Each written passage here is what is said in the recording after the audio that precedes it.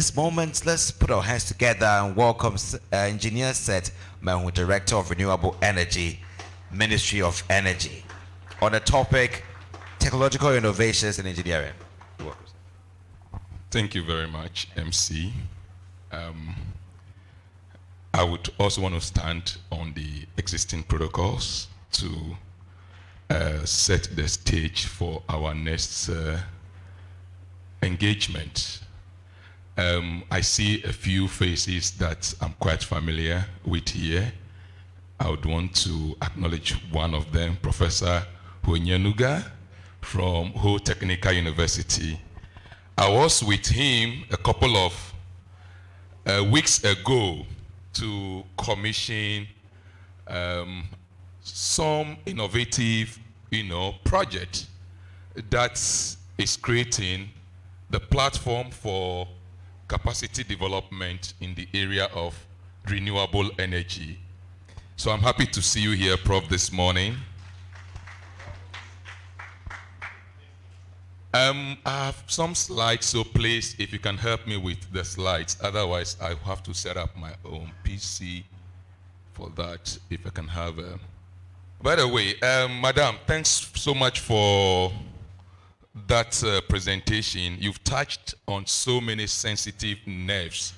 I think the difference between what we are doing here and what our colleagues on the other side are doing is that we are not able to translate the things we learn here into values that would command their own returns.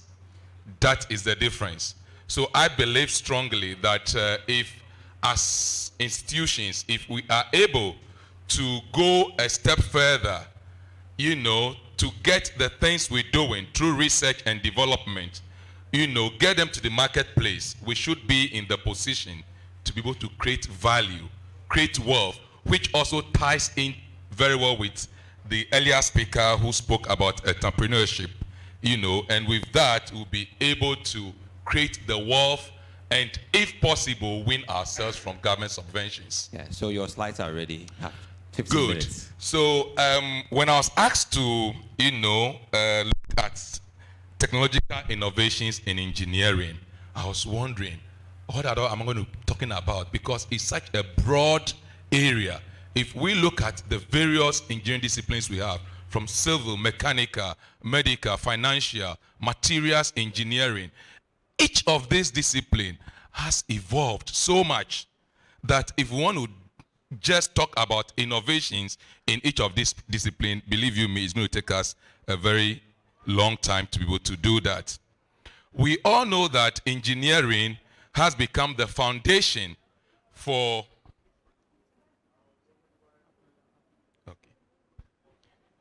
engineering has become the foundation for our existence. Engineering provides us with solutions to everyday life problems that we face. For example, if we take this auditorium, we are able to achieve some thermal comfort because of engineering. You look at the acoustics from sound engineering. You look at the ceiling fans from electrical engineering and mechanical engineering. All this put together is able to solve a problem for us. Even the very instrument that I'm using to communicate with you is engineering. So engineering is the bedrock for so many things that we do as human beings. And we have seen innovations in so many areas of engineering, particularly in the area of automation and artificial intelligence. I traveled the other time to Kumasi. I went to some magazine, and I visited a few artisans there who are producing clean cook stoves. And these guys are using what we call cold technology to be able to form structures and put a clay in it, which is able to give them so much thermal efficiency, and they're able to create value out of that. But guess what? They are using very crude approach to do this. Whereas you go to the other side, go to Asia, you go to one small factory through automation, one person, two people are able to produce so much or so many cook stoves within a very short time. So if you look at productivity, you will see that engineering is not really playing the role that we expected it to play with respect to how we do things in our part of the world.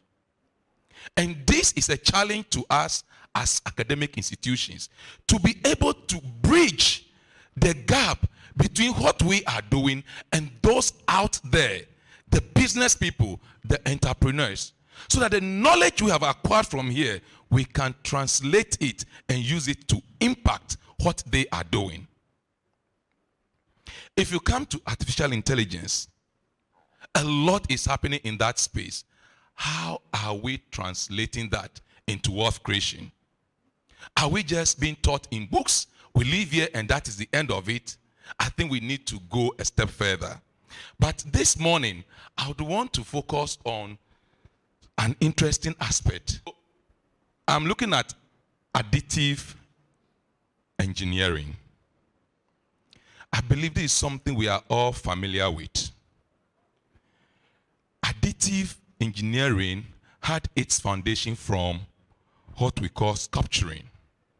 If we look at how we carve things, we have two main approaches. We have the additive and then the substrate. Additive, we are talking about putting materials, different layers together to be able to achieve a particular form. And this is something that has lived with us for many, many, many years ago. But we have not been able to develop and advance it and own it as our own technologies. No. As Madam stated, we left this out for somebody to come and study it, and today they have patented it, and we have to go and learn how to use this technology to produce things. It's, by definition, we are saying that it is an innovative technique of putting materials together in layers, and our ability to be able to create things, design, develop things out of that, to form shapes that we have never been able to do through traditional engineering. That is what we're referring to as adaptive or additive manufacturing. So for example, if you go into the renewable energy industry, as we can see from here,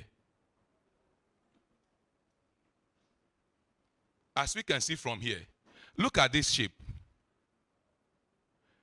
This is something we are quite familiar with. Just drive along the Jimpa stretch. You see people coming out with formworks. They put sand and cement. They are able to come out with pots that mimic this structure. But today, with additive manufacturing capability, you can do this without going through that arduous or difficult, process. If you look at this structure, before, it was so difficult to create structures like this that will give you the strength you need for a particular product. If you look at airports, the way they are designed, the architecture, and the complexity of it, yet we are able to stabilize the structure and we're able to carry loads, both dynamic and dead, on such structures. It is through this level of engineering. Yes, so roll for me. We have seen so much innovations in engineering. For example, you take ICT. Back in the days, when we had the IBM 350, the structure was so huge to be able to store just a small amount of data. But today, through the solid state drives or technology, small systems, small drivers, we are able to store much, much more bigger information. As you can see over there, the IBM 350, you look at the height of the machine, it's even taller than the man standing in front of it. But look at the solid state drive today. It's so small and it's able to store in terabytes. That is the innovations that we are making in ICT. And as Madam illustrated, if ICT do not form part of the things we are doing, it becomes very difficult for us to really make our innovations visible and make them competitive. I would want to go to energy, where I work mostly. If you take solar energy, for example, back in the days, solar cells, the efficiencies that we could talk about was just about 6%. And there was this, notion that we cannot use solar to do much. So we only limited it to key areas. But today, through research and innovation, we are able to achieve efficiencies beyond 20%. Because of advancement in materials, because of advancement in manufacturing, and additive technology is playing a key role in this area. If we go into the area of wind energy, back in the days, this is how we started. We're only using windmills, to grind. We're only using windmills to grind grains. But today, through technology, we have been able to move beyond just grinding grains into using wind energy to produce power. I recall very well when I was a student in Germany, and I had the opportunity to do my internship with Enercon, which is one of the leading wind turbine manufacturing companies in the world. At the time, the highest capacity that we could talk about was 1.5 megawatts. That was in 2006, not long ago. 2006, the biggest wind turbine converter that we had on the market was 1.5 megawatts. But today, as we speak, we have one turbine with a nameplate capacity of about 16 megawatts. And all these have come about because of the advancement we've made in additive engineering. If you look at the blade of the turbine, which is the most important part of it, because the length of your blade tells you how much of the energy you can produce. The blades are so long. The diameter is more than 100 meters. And it is sitting on that small nacelle, as we can see, that small nacelle. If additive engineering, which allows us to put different layers of materials and be able to form them into shapes that we like or that suit our design, if we had not made advancement in this area, it would be very difficult for us to be able to achieve this feat. Look at the Airbus 380. The size of the wing and the strength of it is that ability to be able to put different materials together and turn them into shapes that suits you. In fact, I call it the organic way of doing things. I recall very well, ladies and gentlemen, when I traveled to China before the COVID, I went to Shenzhen, and when I landed in that airport, I looked at the architecture of that airport, and it mimicked the jellyfish. And you ask yourself, how were they able, or how are they able to, stabilize all these curvy structures? It's through this innovative engineering. So I think as an institution or as technical universities, we need to begin to focus efforts on how to build capacity in this very crucial area we're referring to as additive engineering and manufacturing. I remember very well, back in the days at KNUST, we had a small CNC machine, lathe machines, computer numerical control machine. And when this lathe machine was set up, all they could allow us to do was to go near it and watch it. And that was the end of it. None of us had the opportunity to even attempt writing simple algorithms, simple programs to feed into this machine and see if we can turn out shapes that we envisage or that we dream in our minds. But when I went to Germany, it was a common thing. You sit behind your computer, you do your modeling, you look at your shape, you write your simple program. You feed it into the machine, you are able to cut a piece of material that suits your imagination. And I think it's about time we begin to dream to that level and giving opportunity to our smart students and lecturers to be able to tap into these emerging technologies and get the best out of it for us as a country.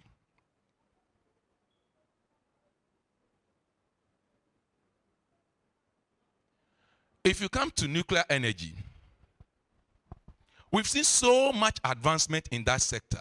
I recall very well when in the 1950s, 1960s, the first president of this country was talking about nuclear energy. That was the Generation 1 reactors. And I believe we are all familiar with what Generation 1 reactors are. At the time, if we had embraced that as a country, as a society, I believe strongly that by now we would have caught up with the rest of the world. Because we've moved from Generation 1 to Generation 2.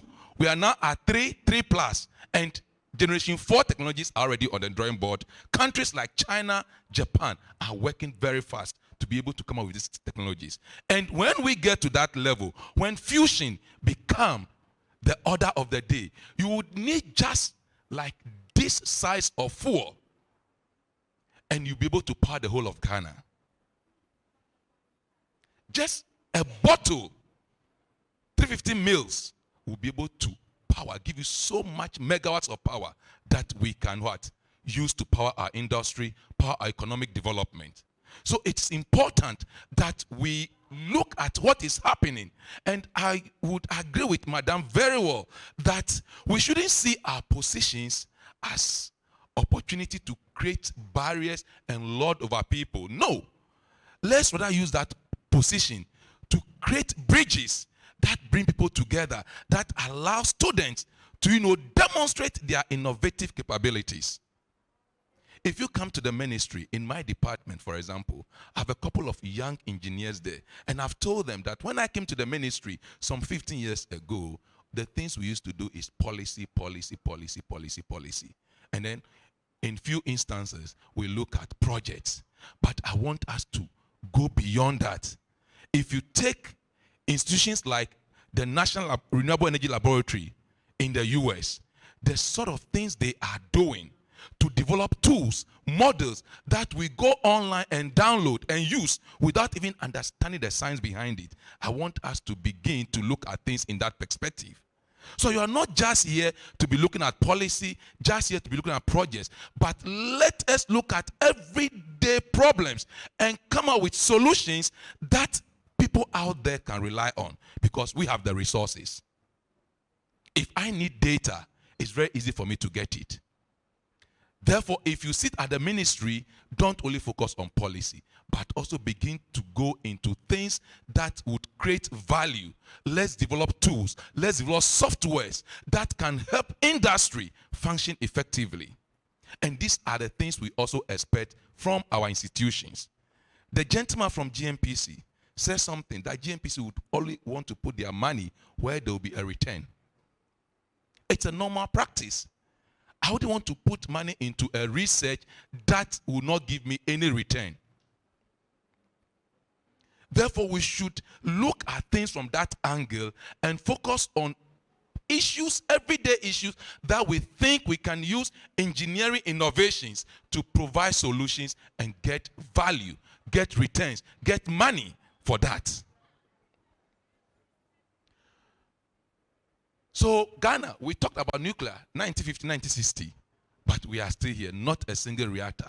And I know it's not a comfortable subject to be discussing at this gathering, but it's something we have to do anyway if we want to industrialize, if we want to change our economic status from a GDP per capita of about $2,000 to one that to be about 10,000, where we can say we are truly a middle income country. We need to have a solid energy, system to be able to run that, and nuclear will provide us solutions. So the earlier we begin to embrace it and looking at the problems it has, and these problems should give us solutions, and begin to research into the solutions, which could become 10 moments for universities like you, the better it will be for all of us. We come to battery technologies. Battery technologies. We want to strengthen our grids.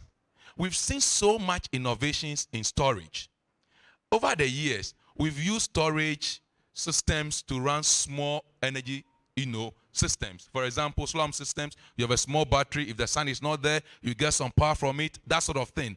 But through innovation, and also again material science and additive production, we have been able to go beyond the normal things we know, and we are now producing utility scale storage systems. And these systems are now helping grid operators to be able to operate their grids seamlessly. So for example, Accra University, you can look at your feeder that comes here and put a big battery storage system there, and that will allow you to put more solar panels on your rooftop, and that can address all your power needs here. Anytime there's a dip, the battery responds. Anytime there's a dip, the battery responds to make sure you're able to even out your output. And these are smart ways of combining, putting technologies together. So you put a bit of solar, you put a bit of battery, and you're able to get a solution that addresses your issues for you. If you look at lithium, for example, before we were talking about lead acid batteries, in fact, this has been the evolution of batteries. We moved from lead acid, and now we are at lithium ion, and there are more technologies coming up. One thing is interesting. If you take a mobile phone, for example, you can drain your mobile phone to zero. Just put it back, you're able to charge the battery. And that is what lithium is able to give us as a technology. When you take lead acid, you cannot do that. You can only discharge up to a certain level, and it ends there. But with lithium, you can go to 90% depth of discharge and be able to bring the chemistry back within a short period of time. Why can't we research into this? I've just been told that we've discovered some lithium deposit in Ghana. What role is our Tanker Universities playing? What role are we playing? Are we going to sit down, fold our arms, and let the people from the other side come, take this raw material away, go and process it, and give us finished products? I think we should begin to respond. We should rise up to the occasions.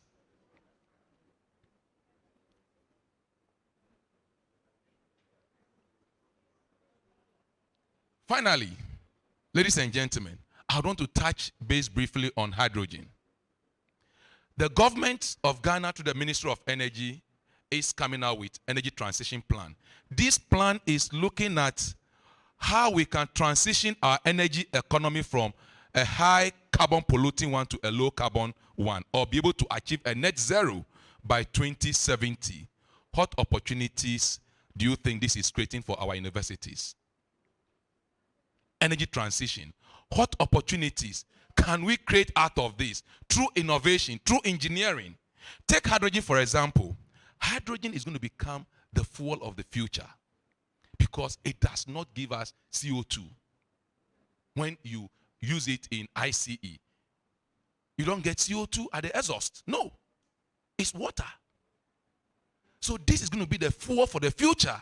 How are we positioning our universities, especially the technical universities? Because back in Germany, the TUs are in fact, I would say the most powerful institutions, because they are able to develop the manpower that bridges that gap for development. So how are we positioning ourselves to be able to tap into these technologies? So we can say that Whole Technical University, Accra Technical University, or all the 16 technical universities we have in Ghana, they have the capability to produce hydrogen to support Ghana's energy transition agenda. You can produce it from renewable energy. As we see there, you can produce from solar. They call it, is it green hydrogen? Yes. If you produce from natural gas, they call it blue hydrogen. And they have different acronyms for it. But at the end of the day, it's hydrogen that we want to produce. So the feedstock, we all know it. The chemistry, we know it. So what is preventing us from being able to turn this into a valuable commodity? Let's all reflect over this. On that note, I'd want to say thank you very much. As we move towards technologically advanced society, we need institutions like you to be able to correspond and rise up to the occasion. On that note, I think we are good to start the conversation. Thank you very much.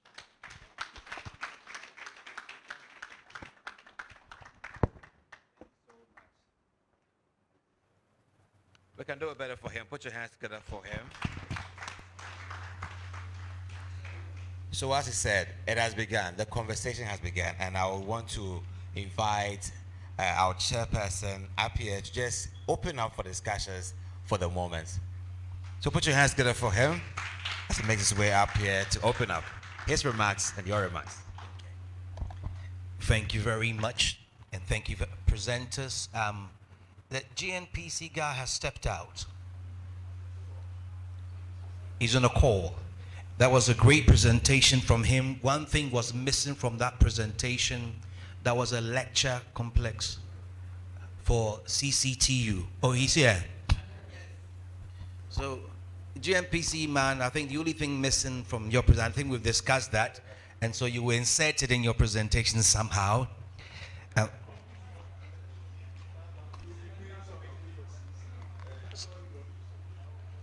Amen. All right. So, ladies and gentlemen, we have heard the three presentations. I think that just a minute, let me find out a few things. You made some interesting observations and a few things you said from the first speaker, Dr. Kwame Ba Nuakon, about the fact that we don't have industries that are able to stand the test of time. They collapsed, first generation, and it's ended. Are unable to move to the next generation because of trust issues. And so there was no continuity. You talked about the lack of soft skills. I talked about re-illusion, and that's an interesting word. We hope it finds its way into the dictionaries. And then we had a spirited presentation from our dear lady from Zimbabwe, who's more of a Ghanaian now. And there were four main things which you focus on: the culture, the attitude, the mindset, and the way things are done, spirited performance. And you admonished us a great deal as technical universities. I think we've taken the admonition. And the last presenter on energy, and then you talked of additive manufacturing and gave a definition for additive manufacturing, and you think that if you can go into additive manufacturing, it will help us go a very long way. Well, ladies and gentlemen, you've heard them all. I think that you may have some questions that you will want to ask them. You may also have some comments and maybe some other things you want to add to their presentation. So I don't know if these are comfortable enough. GMPC man, I wouldn't want to take you from a comfortable seat and bring you to this hard thing, but it would be good if you would all come forward so that we can see your faces and then properly engage you. It's not meant to be What we'll do is that they can be seated, and when the questions are thrown, it will be good to okay, then we'll bring it up. Yes.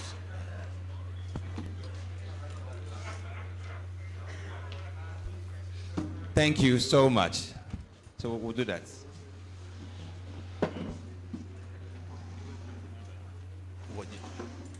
I think so. You're not supposed to ask me any questions. All the questions are to be directed to the presenters. Right, I see a couple of hands up. Let me be a bit biased. Start from Cape Coast Technical University. Steve. Yeah. And mics, please. MC. Okay, thank you very much. My question would go to Doc Vlit. Yes, madam. And it's on the issue of the third stream income, which is coming from patents and those products. And you quickly made mention of the fact that at this point, we should try to complete the research cycle, which is to say that the focus should be on how do we exploit the research we do into some tangible product, and that research should not focus on publications. On just promotion. Yes, promotion. We did a presentation yesterday, at our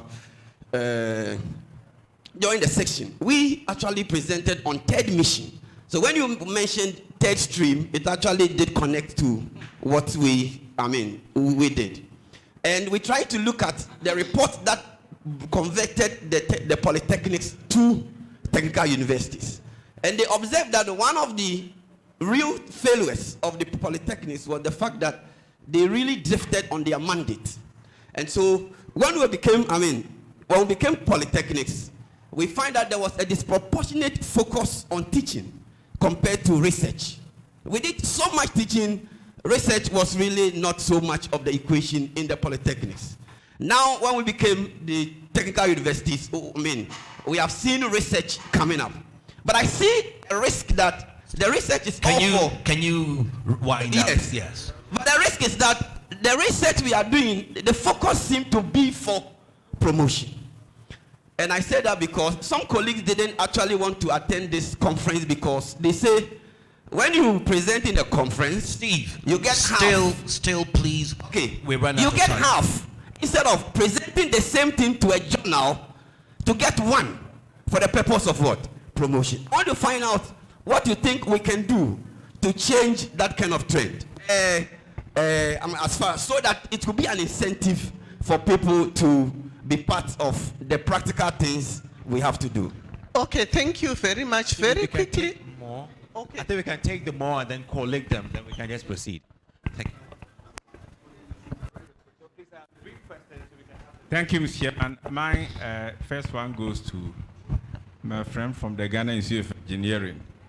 5 years ago, I went to Arusha, Tanzania. I came to the Energy Commission, just like the Ghana GAEC.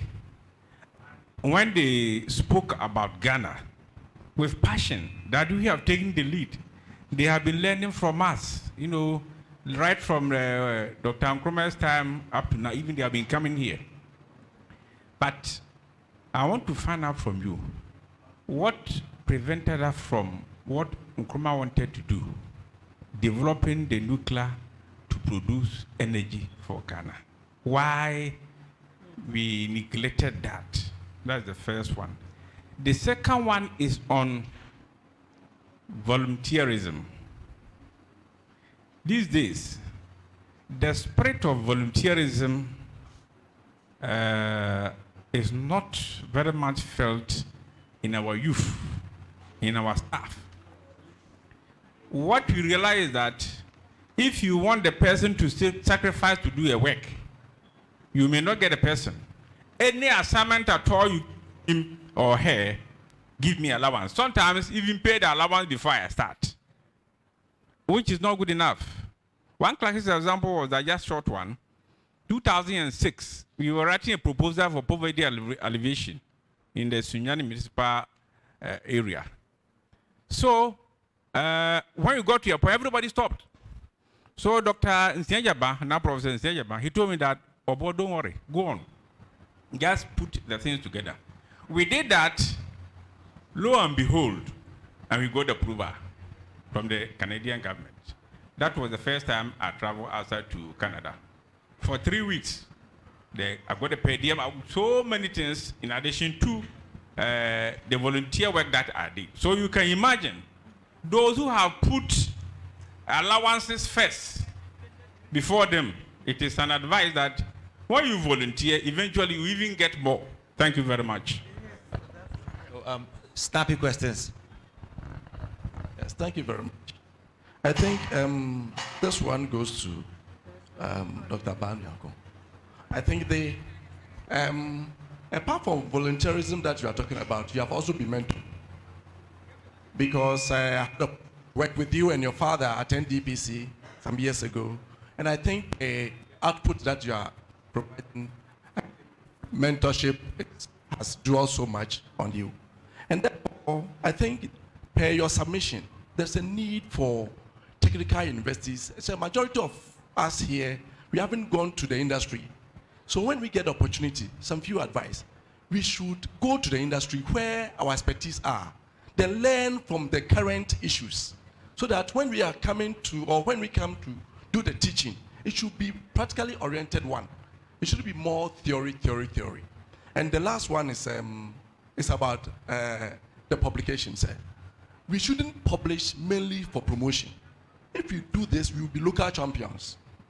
When you are writing proposals, sometimes they look at the areas you have even published and gives you the opportunity. It is not necessarily that you should look for promotion, or that you are writing or article should be geared towards promotion. When you do that, you'll be missing the point. Thank you very much. Sorry, let me give you a chance. Thank you very much. My name is Selikem. I'm not a technical person, but I want to ask this question. If you are not a technical person and you have an idea as to how to solve a particular problem, what can you do? I believe we can. I think we can take the first set of questions, true. and then we'll go for a second round. All right. Thank you. So, colleagues.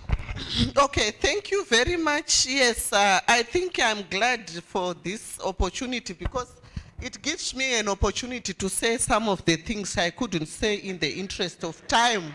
Oh, no. So, in terms of third stream income, I want to talk about the intellectual property, which I said that we need to complete the research process. So this is a partnership of the institution, the lecturers involved, and the students. I can say one time when we, let me give practical examples so that you know it can happen very quickly. Some students got a snake venom treatment in Bindura University of Science of Education. So when they got the snake venom treatment, they worked with the lecturer in chemistry and biology to make sure now that it can be refined and the dosage is established. After that, the university went in to help with the patenting process of intellectual property. That's when we jumped in to develop a policy, research and intellectual property policy, so that at least we know the percentage to be given to the initiator, the percentage to be given to the institution and everybody else. So that's how, and you start selling the snake venom treatment. I want to talk of grants, third stream income. Do you know something? I said the Bible says, my people perish because of lack of knowledge. Lots of grants are flouting out there and with no takers, because you don't know where that there are grants which are there. Lots of money is going down the drain.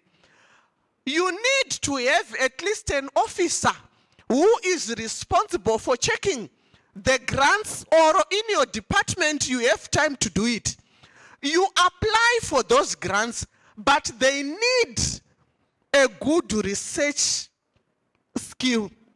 If your staff do not have good research skills, you will continuously write grant proposals and they are rejected.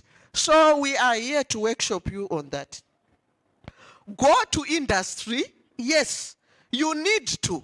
Actually, the teaching should be like 1/4 teaching, 3/4 practical. I want to ask you, where are the distinctive theses and dissertations for masters and PhD, where are they? Where are they? If they were genuine and relevant, why are you not holding your graduate to the relevant? Is it tourism? Is it food manufacturing? Is it energy? Is it engineering? Why are you not taking those theses and dissertations, which are, they are money? Registrar, STU, what are they? They are money. Okay, the last one, she said, if I've got an idea, what do I do? In my country, there's the Econet, which is an internet service provider. So what they did, a cleaner. And that's why I said, not because of your position at work, that you are new at work, your age or gender. All those are not excuses. Take your tech idea to the VC or to the relevant department, and then they will convert it into what you are saying. So when we have the call me back, I hear it was a cleaner. So they then take it and do the algorithms. I'm not also into science. And we now have the call me back on the phone. So go ahead, see your Vice Chancellor today. Okay, let me, my friend, let me comment on the volunteer and the mentoring thing. So he refers to myself and my dad. So my father is also a professor of economics. And he was my colleague at the Department of Economics, because we're all lecturing. Is that not being colleagues? So we're all colleagues. But before I became his colleague, I was his student.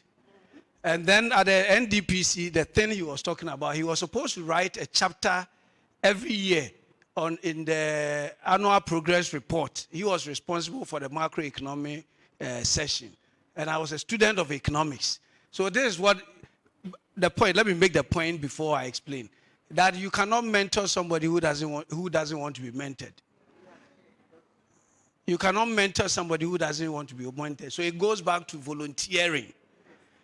I volunteered my services for my father for free while he was paying my school fees. But at that time, I could have done something else. He was prepared to mentor me, but I was ready to be mentored. So I was writing that section for him for free, the whole chapter. I would do all the research and write, and the professor of economics will review it, take it to NDPC and collect the money. That's how he started. Then it got to a stage he decided that I would take 40% and he would take 60% of the money, the work that I've done, because I do it. He only reads through. But of course, if he doesn't make those corrections, he doesn't pass. Then as I moved on 2 years later, I moved from 40-60 to 60-40. Because he realized now I was big enough to have done it, gone looking for my own. So to still convince me to stay on, it became 60 for me and 40 for him. Until NDPC themselves realized that I was good enough to do something on my own. So they gave me my own chapter. You see, so I'm now taking 100%. So I started by volunteering, allowed myself to be mentored till I got to the stage where I was called a consultant of my own. So we need to go through that. You can't just jump from being an undergraduate and become a consultant. You have to be mentored, but you need to offer yourself to be mentored first. I was prepared to take 0 and do the whole work because it's my father, or the work belongs to somebody. Then I went to 40-60. I went to 60-40 till I could get 100%. It's just the same concept I used. Maybe let me use that to comment on the issue of trust that I brought up.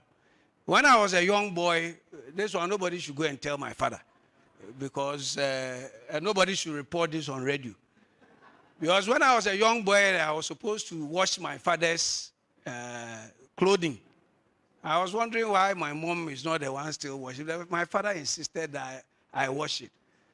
Then you know when these people start making money, they always leave money in their pockets.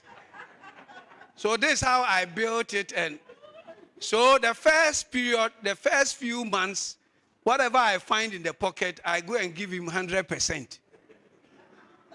Isn't it? Then I progressed to 30, 70. Because now my father knows. I'm talking about trust. It got to a stage, it was zero going back to him. Because now he knew that if he finds something, if I had found something in the pocket, I would have brought it. So you need to learn to build trust before you start making money. So I built a trust, 100% to him and 0 to me, 30% to me, 70 to him, 70% to me, 30 to him, then I 0 to him, 100% to me. I built trust. So now... Thank you very much. So we need to build trust. Mentor-mentee relationship should be built on trust. There was a question. I would want to respond to your question again, whether you have to have some technical background to be able to convert your ideas into, actuals. I don't think there is any theory that has established that. No. Great ideas that have become the greatest solutions we have today did not come from people with technically sound backgrounds, So once you have the idea, the first thing you do is note it, write it down, and begin to read around it. That is how you build capacity, and that's how you're able to, convert that idea into solutions. And I would want to make this a call to our institutions that we should go the extra mile to establish ideas or innovation incubation centers. Let's have these platforms well-resourced so that people with brilliant ideas can go there to get some support. We need that. Then on the question on nuclear, why haven't we, or what happened that we couldn't realize our first nuclear, ambition? I think we all know the reason. It was due to the fact that the geopolitical situation at the time did not favor us. Thank you. Thank you very much. I know we are far behind time, but we want to take 2 more questions, and then that will be it.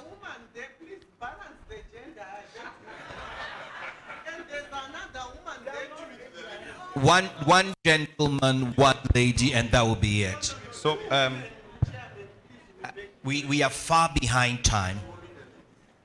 One gentleman, he already has the mic. Yes. So please carry on. Yes, please. Engineer said, is the same geopolitical condition still prevailing now? That is why we can't realize our nuclear ambition. From 1966, are we still having the same conditions now? Be thinking about that.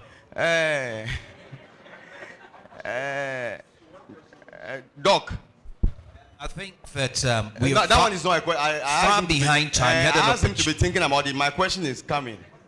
Doc, I think that your investment into the technical investors should be more. The traditional investors have had enough of the national cake.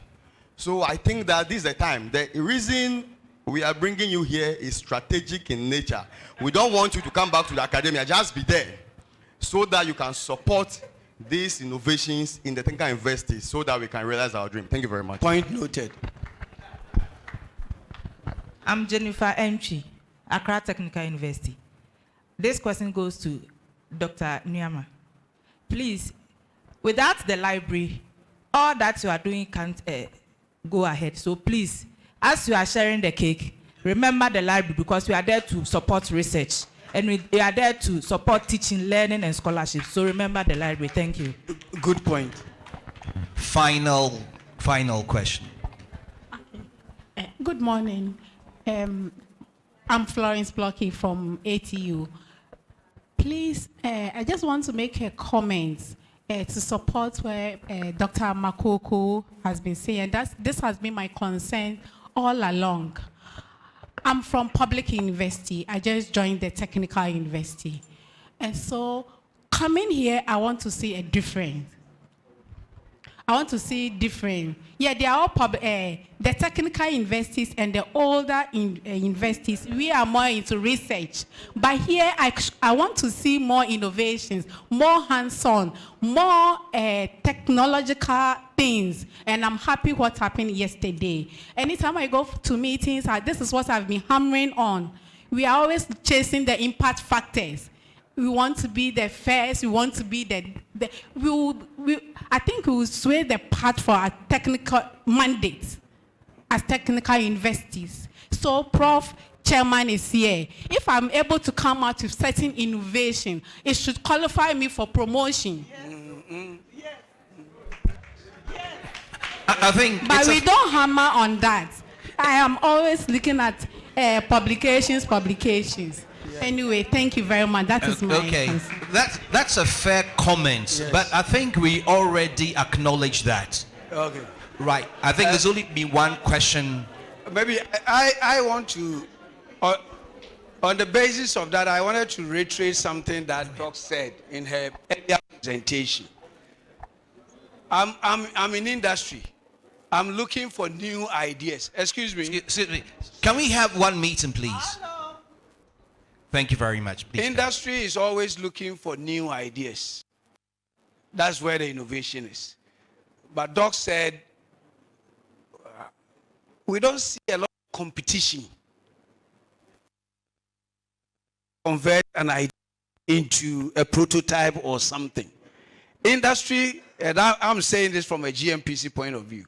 If annually I see an event where the universities are competing amongst themselves on technology and showcasing what they have done, it's probably, I'll spend more money sponsoring that event probably than a workshop. Because I want to see practical things. And I want to see what new ideas are coming up in my own area. And if you put your young people to compete amongst themselves, that's where we find the best.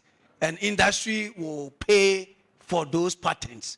Like she said, by the time you exhibit it, probably you've already patented it.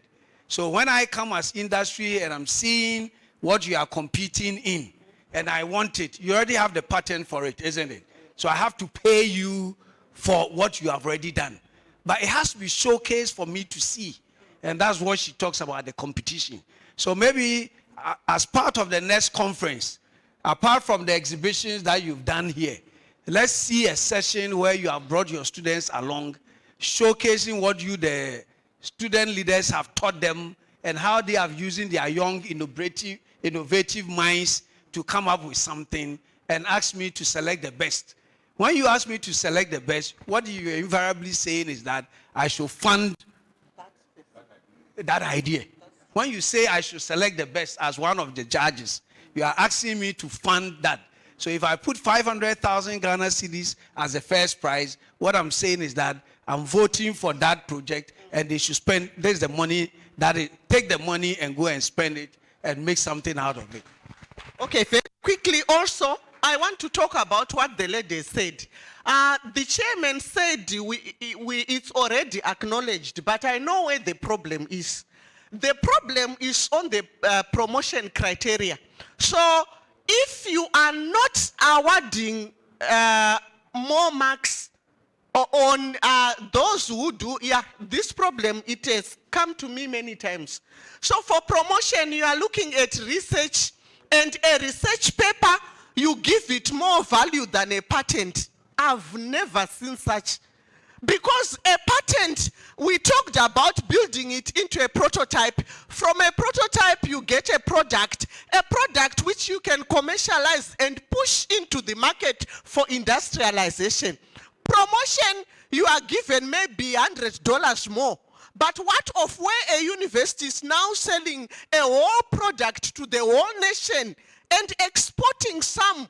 You can see that it's better that you add more marks on promotion. Library, e-resources, please. Don't continue to bring hard copies. You won't find many students in the library these days. Oh, no. E-resources, more of them. Thank you. Thank you very much. So back to the gentleman who said if the geopolitical situations have changed, even if they did, they will never be in our favor. We as a country, we must know what we want and pursue it. For example, we're talking about energy transition. The president has been very clear on that our energy transition must be just and equitable, i.e., we have to continue to explore our natural resources. So if we want to go into nuclear and we think it's going to help transform our economy, we have to pursue it rigorously. I recall last year when we were in COP26, the discussions about coal, etc., was virtually non-existent. Nobody was talking about it. But look at what has happened recently, just because of Russia and Ukraine. Everybody is trying to go back to their pits. So let's use what we have and have it best to develop our economies. Thank you. Thank you very much, presenters. I think I'll just make this comment. I don't think it's done anywhere where a research paper or publication will be awarded more marks than a patent. No, what I heard, no, it's not true. It's not true. We would never do that. Having said that, I think that we need to applaud the presenters. I know there are many more questions you would want to ask, but they are around. You can walk up to them and ask them any question at all. Thank you very much for your contribution, audience, and thank you once again, Put your presenters. hands together for the panel. Well done. The chairman, well done. Well coordinated. Appreciate it. Thank you so much.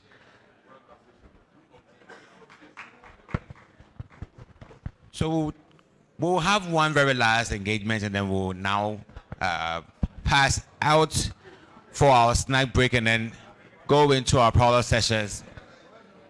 We'll take this presentation from the African Jobs Board from the AAU. So let's give them a few minutes to present to us on their project.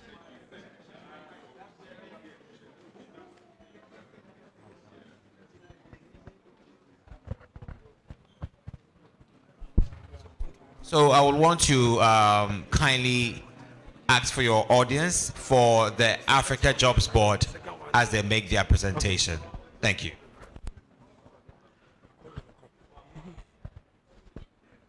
Hi everyone, good morning. We'll take just 10 minutes of your time since you want to quickly go for snacks.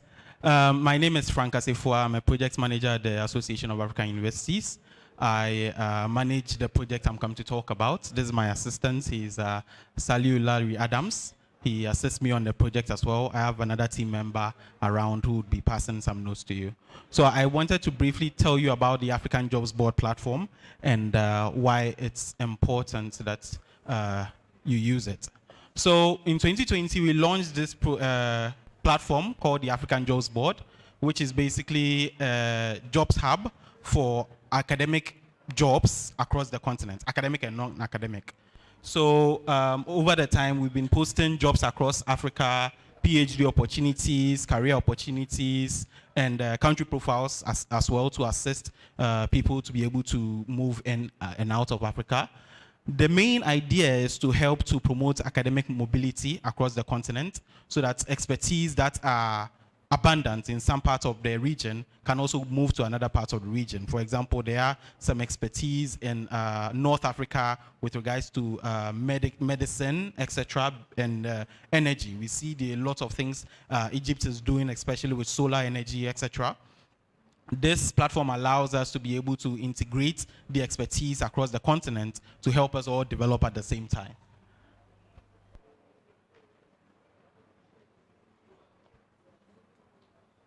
Yes.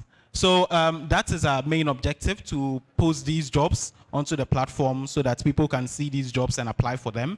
This is beneficial for your students who would want to enter into academia.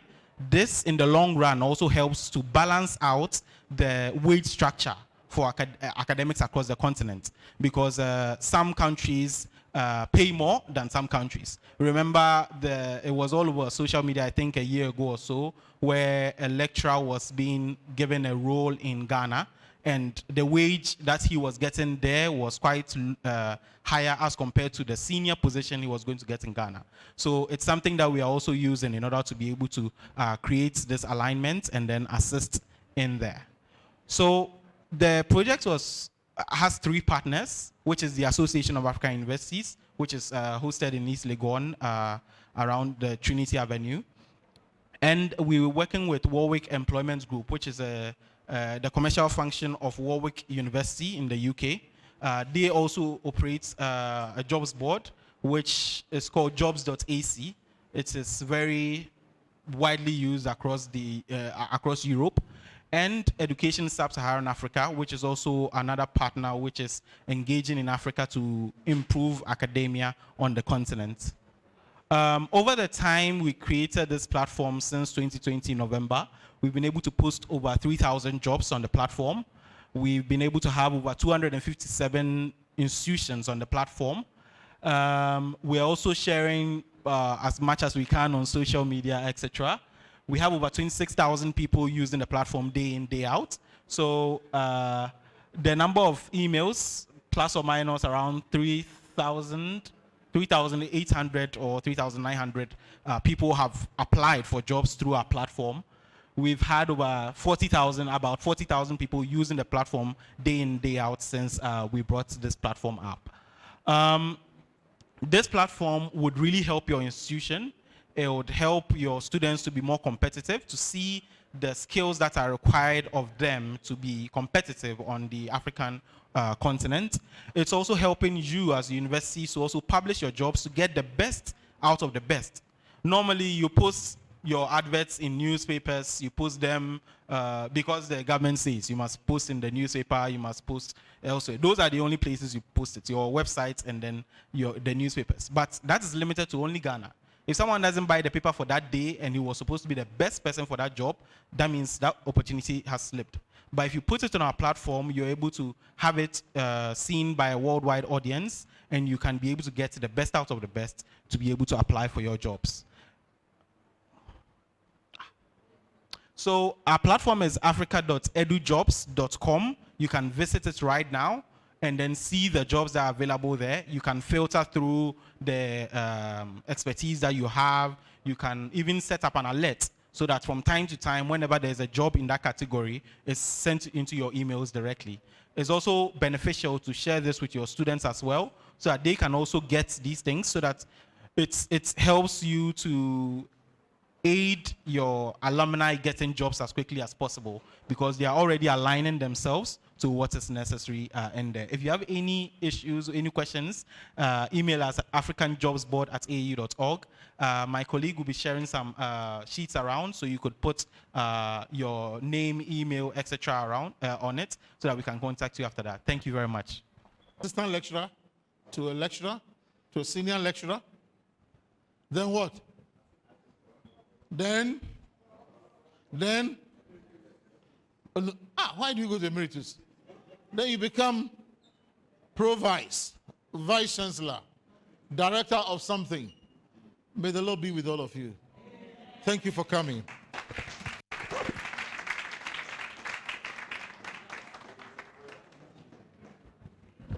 So at this point, we invite our Rapporteur General to give us a summary of everything. A very brief summary in 10 minutes. Thank you. Thank you very much. I know we are all eager to leave, so I'm not going to take much of your time. I'm just going to focus more of the statistics. But to give that, I want us to be in context with regard to this particular conference. The Vice Chancellors of Technical Universities in Ghana held its second Applied Research Conference of Technical Universities in Ghana and beyond on the 7th and 8th July 2022 at Accra University, Ghana, with the theme Sustainable Technologies, Innovation and Entrepreneurial Development. The conference was held under the patronage of His Excellency Nana Addo Dankwa Akufo-Addo, the President of the Republic of Ghana, the Minister of Education, the Minister of Environment, Science, Technology and Innovation, and the Vice Chancellors of Technical Universities and the public universities in Ghana. The presentations that were received and were presented were from different, let's say, continents and parts of our world.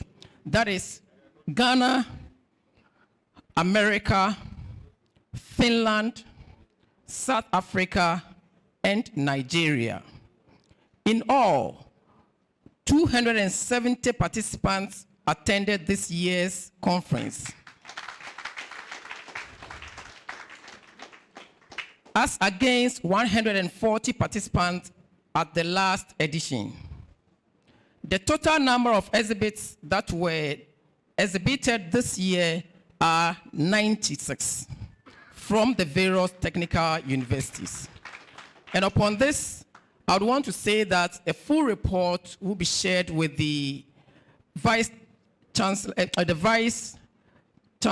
of Technical Universities for their review.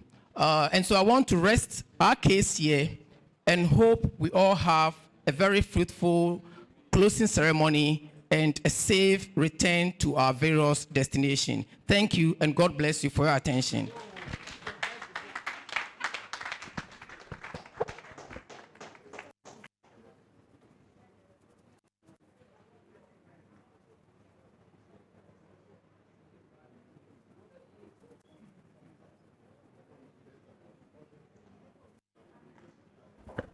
Thank you so much. Everything is going so smoothly as at now.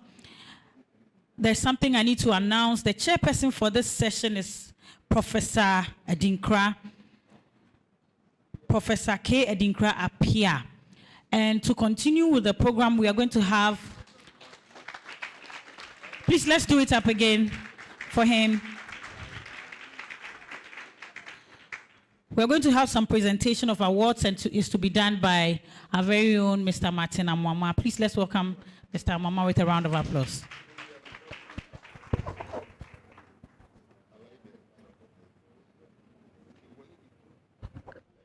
Thank you very much. Good evening to you all.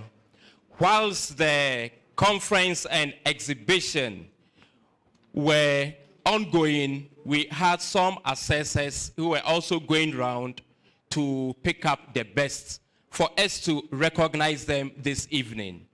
So I just want to crave your indulgence. Just give me some few minutes as we award for 3 categories. We'll start with the best innovative student project.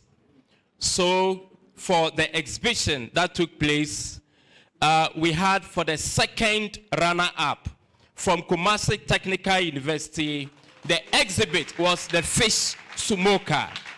The fish sumoka was the exhibit, and the exhibitor, as I have here, is Akusi Andy Francis. I will humbly call on Dr. Dr. Makuku, please, you will still be here for us. Now we move to the runner-up, the first runner-up from Accra Technical University, the manufactured drone satellite. And we have Justice Nyakun. Justice Nyakun from ATU, or anyone from ATU, you can pick it up for us. Manufactured drone satellite. Thank you, Provisy. He is also an integral part of this project. We thank you. Now the winner in this category for the first position from Ho Technical University, we have the Smart Farm. And the Smart Farm from the Department of Agricultural Engineering. Anyone from the Department of Agric Engineering, Ho Technical University, the Smart Farm.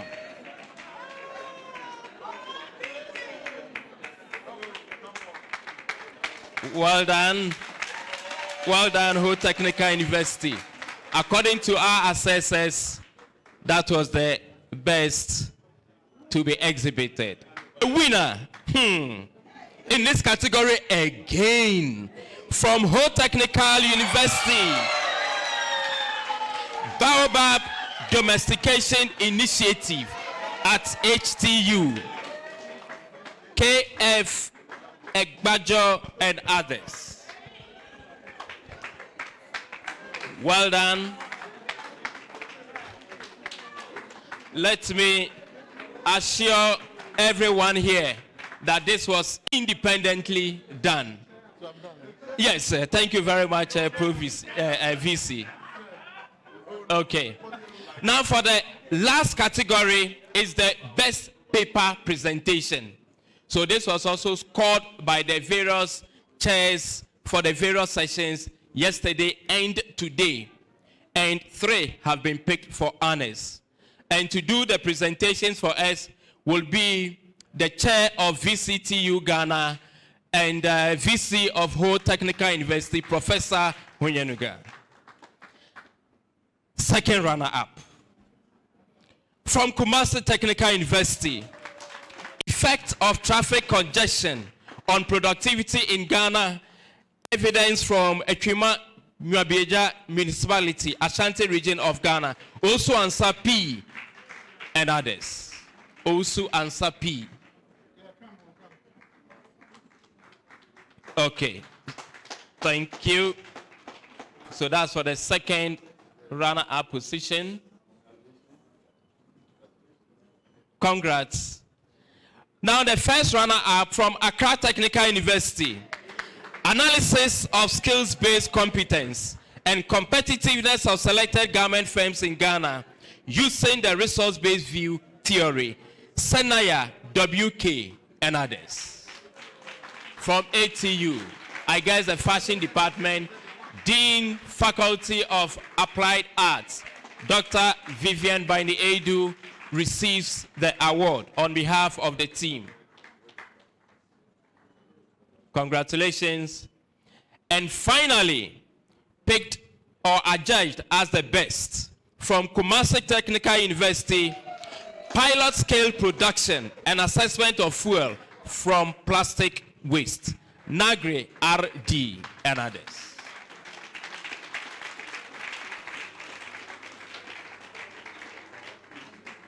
Congratulations. Thank you very much. Thank you, Prof. Back to the MCs.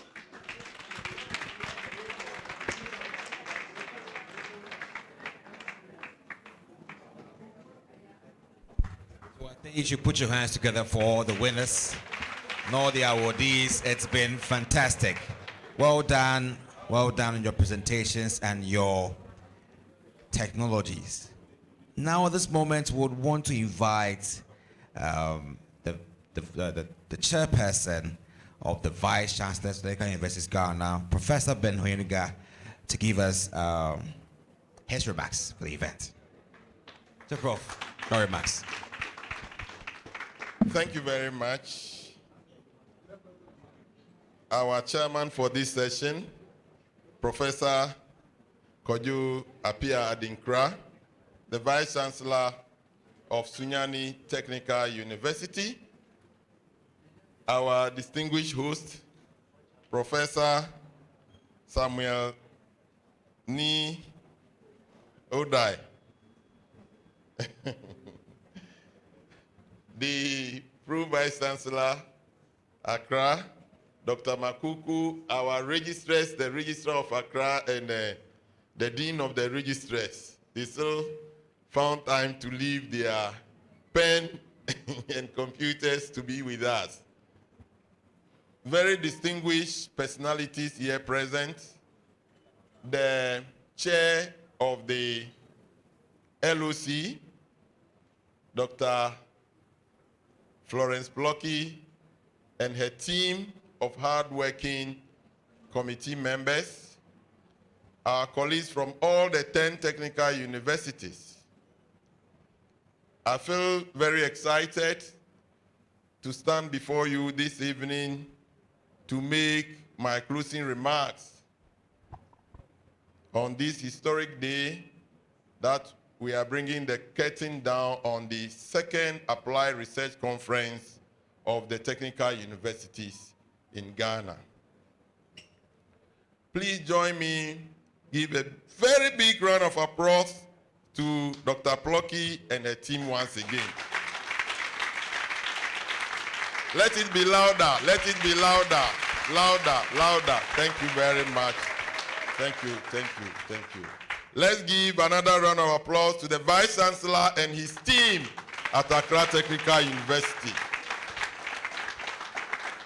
And let's be a bigger one to all the 10 vice chancellors and their team of researchers, the deans, the heads of department, the faculty and staff who have made this possible. It's just coincidence that who has won, not because I'm the chair, but as you know, we know how to win awards all the way, even to the international level. You are aware that even the recent World Skills Program, we went to Namibia and won. We went with Accra. Accra got second. We got first. So Vice Chancellor was asking why Accra was getting only second. Come to Ho and learn how to be first. Hello. Well, just to make it beautiful, I think that we all deserve a pat at the back for this. As technical universities, the difference we bring on board is the practice. It's the practice. And this is what we are attempting to demonstrate. And this is the second time, and I'm happy the Rapporteur General even indicated that it has become bigger and better than when we started. And my belief is that the third time we will be luckier and it will be bigger and better. I'm going to announce the next host very soon. Who wants to host? Bolga, where? Sunyani, where? Kumasi, where? Okay. Oh, we have hosted, so we are not selfish. But the point I want to make is that Accra wants to host again.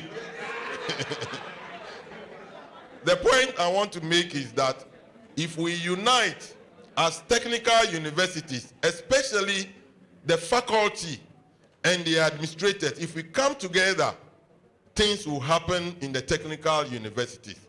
In the last 2 days, we have been in the news for the right reasons. We have been in the news to justify the parity of prestige that we are talking about. We have been in the news to justify the fact that your vice chancellors are not leading you astray, but they are leading you to the promised land. Because as technical universities, as are indicated, if we are able to combine our powers and make things happen in this country, people will love us. We will not call for the love. People will chase us. The students will begin to chase technical universities as opposed to the others. Because we are the people who have been set up to make all the difference that matters in the life of this country. For this country to move forward, we have the key. For this country to stop depending on IMF or World Bank, we have the key to make that difference. When we make the things that are necessary and we upscale to a level that we can transform society, we ask ourselves, why are we importing toothpick from China? Can't the technical university make toothpick? The smart farm, the researches that we have displayed today, if we are able to continue with them and make them better, it will lead to poverty reduction. And we, as your vice chancellors, are here to tell you that we are ready to lead you to that level where the technical universities will be the preferred choice. If we are dancing in our individual campuses and we don't come out to dance, nobody will see the beauty of that dance. And that is why I want to thank all the pro-vice chancellors who have been behind this research conference from their individual campuses, the directors of research, and I know each campus had a representation on the committee just to make sure that things work the way we wanted it. We haven't perfected it yet. We will get there. Even in the doomsday that we experienced yesterday for just a short time, it became an opportunity for us to learn from it. And so we have no regrets that it happened, because it just demonstrates that we are human institution, and we need to prepare for eventualities. And we were able to even run the program to the level that we didn't even need the light. And we thank the Accra team. The province demonstrated that he's an electrical engineering man, and they make sure that we had the light. I told him yesterday, if the light doesn't come and we end the program, I will move him from Accra, and I'll bring him to come and learn. But that's just by the way. In order not to bore you, I want to appreciate all of you. Tamale Technical University, let's give them a round of applause. Dr. Iliman Technical University, let's give them a round of applause. Bolgatanga Technical University, Kumasi Technical University, Sunyani Technical University, Koforidua Technical University, Cape Coast Technical University, Avako Kumasi Technical University, Takoradi Technical University, Accra Technical University, whole Technical University. On this note, with all humility, I thank you once again, because without you, we cannot do this. And I promise you, all the directors of research, please start now. All the provinces, start now, because in 2 years, it's going to be bigger and better. And on behalf of the Vice Chancellors, I wish to announce that the next host of the 3rd Applied Research Conference is Sunyani Technical University. And I invite the VC to come for a handshake.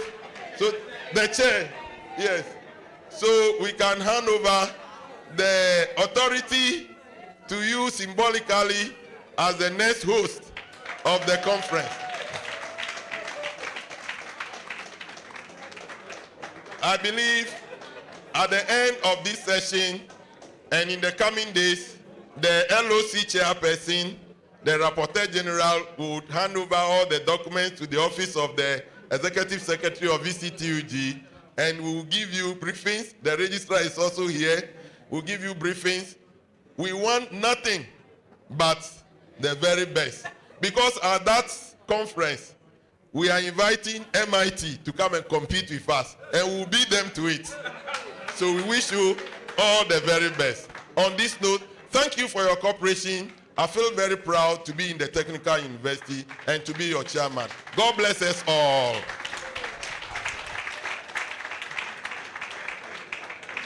Thank you so much, Professor Bedhoyenega, for your very energetic remarks and also for announcing the next venue for the Second Applied Research Conference.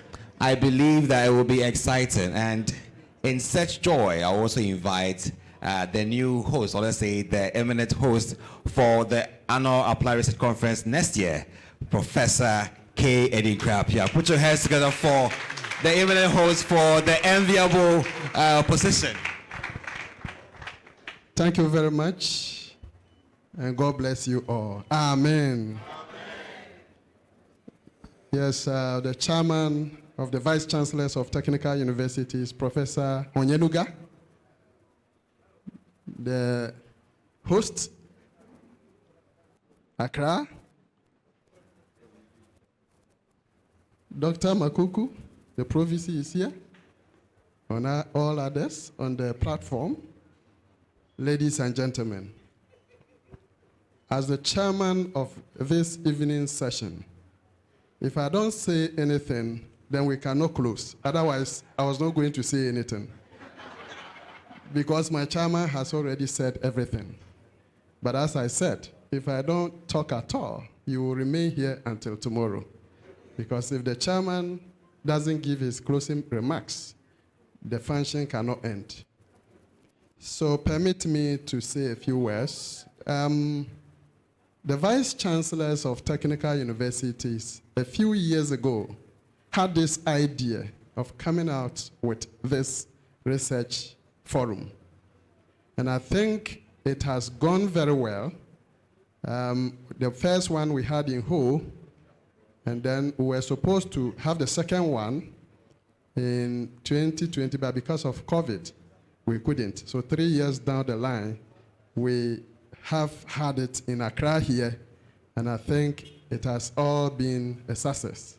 And we thank the Vice Chancellors very much for this opportunity. Accra Technical University provided us with a very good ambience, which actually gave us the opportunity to go through all the conference proceedings. And we thank them so much. Numwe, God bless you for that. The planning committee, the chairman has already thanked them, so I wouldn't go much into that. But let me say that in terms of the exhibition, we have shown that what the minister said yesterday is true. We believe in ourselves, and we believe that we are the agents of civilization. So if Ghana is to go places, it will take the technical universities' ingenuity to lead this country. I hope you clap better for that.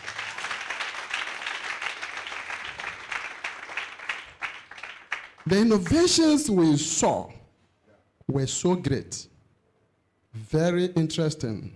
Research have gone into these innovations, and we have shown them. One of the keynote speakers said that we should make sure they don't end in the classrooms, they don't end in the offices, they don't end on our computers, laptops, but we take them to the streets of Ghana. We take them to the marketplaces, and we take them to the homes so that our people can benefit. So this is where we have to lead now. We need to make sure whatever we have done, we take it down to the people. Now, with the research papers, I think I sat in some of the sessions. You could see how powerful some of the papers were. And those who have just started, all of them learning the way. Because we are technical universities doesn't mean that we just use our hands. The opportunity we have is to use all the three domains of learning. That is the head, which is the intelligence. You apply the head, the mind, the brain, power. We have that opportunity. And then we have the skills aspect, which deals with the hands. We use our hands to formulate products. And then we also use our heart, to believe and behave well in society. And that is what Ghana needs now. Ghana needs a certain strategic direction, which should be led by these three aspects of learning. And that is the responsibility of the technical universities in Ghana. So when we say that the technical universities in Ghana are the nodes of development, that is what we mean. Because our environment is not just about going to the classroom to learn. But you learn, you study, you research, you come out with new innovation, and then you send the innovation to the people, and you implement it in the best way that will help the people. But let me say that I saw a few weaknesses, and as chairman of the closing session, if I don't mention it, maybe we may repeat some of them at Sunyani. Most of the presenters were not able to meet the timelines. So some of them, you could see that they spend so much time on literature. And the key areas of the results and recommendations and the conclusions were missing. I chaired a session, so somewhere I said, please, move to the conclusion. So you miss so many things. So let's take note of this, so that in Sunyani we do it better. Let's prepare well, let's try. Let's test the PowerPoint presentations that we prepare. Time ourselves. It is also part of the job as an academic. When they give you 10 minutes, it is 10 minutes. International conferences, they will take you off and you cannot continue. So let's inculcate some of these important practices. And then my last comment goes more to the management of the technical universities, especially the vice chancellors. Let us all come out with intellectual property policies. Accra, if you don't have it, please set up a committee tomorrow.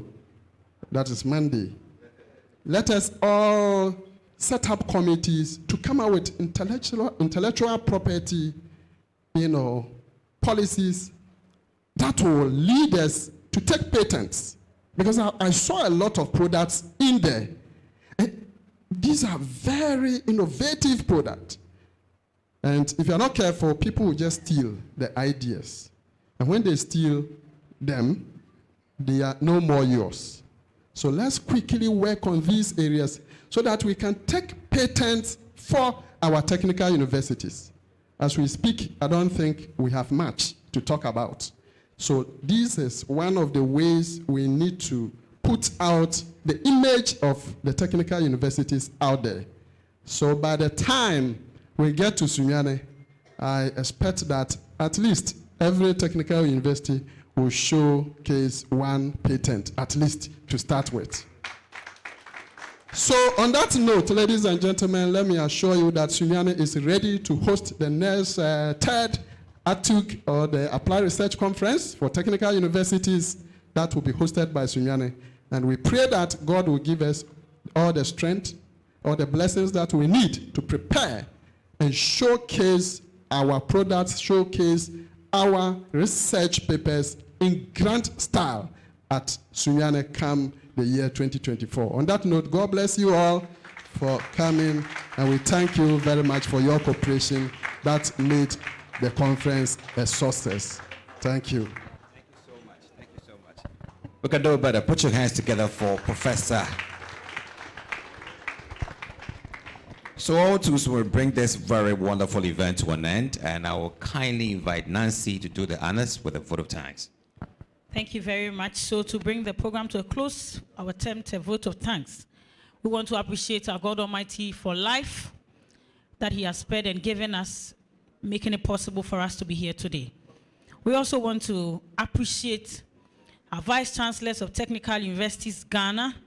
Professors, God richly bless you for leading the way. All registrars from our technical universities, God richly bless you. Our Pro-Vice Chancellors, for all your contributions, God bless you so much. To all our special guests who took time off to be with us during the conference, we appreciate you all and we are grateful for your presence. All our sponsors for your kind contribution and made this conference very possible, and we appreciate you. The local organization committee, we thank you so much for the effort, the hard work that you put in to make this conference possible. To all our media men and women, we thank you. We appreciate what you have done. And to all participants, it wouldn't have been so beautiful without your presence, and we thank you for coming. Hope to see you in 2 years' time. For yourselves. Thank you so much. So at this moment, we're going to have, just as we did yesterday, when all things said and done, we invite someone to give us a closing prayer. So we'll call on Mr. Daniel Osabute to give us a closing prayer, after which we'll have a cocktail and the program. Humbly be on our feet, humbly as he leads us through the closing prayer.